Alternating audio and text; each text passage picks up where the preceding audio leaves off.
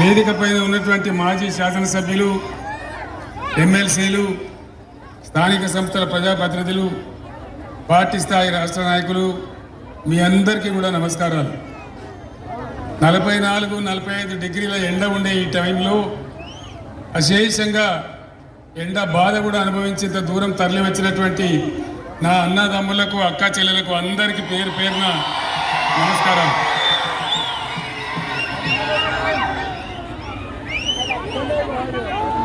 నలభై 48 గంటల తర్వాత నిషేధించబడిన నా గొంతు మళ్ళీ మాట్లాడుతున్నది.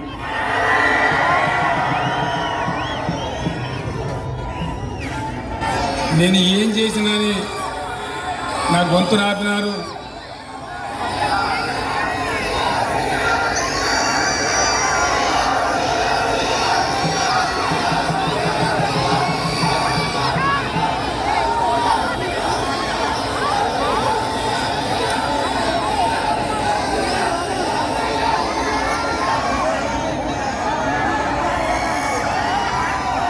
ఎందుకోసం నా గొంతు నొక్కేసినారు, ఎందుకోసం ఆపినారు? ఈ రాష్ట్రంలో చేనేత కార్మికుల కోసం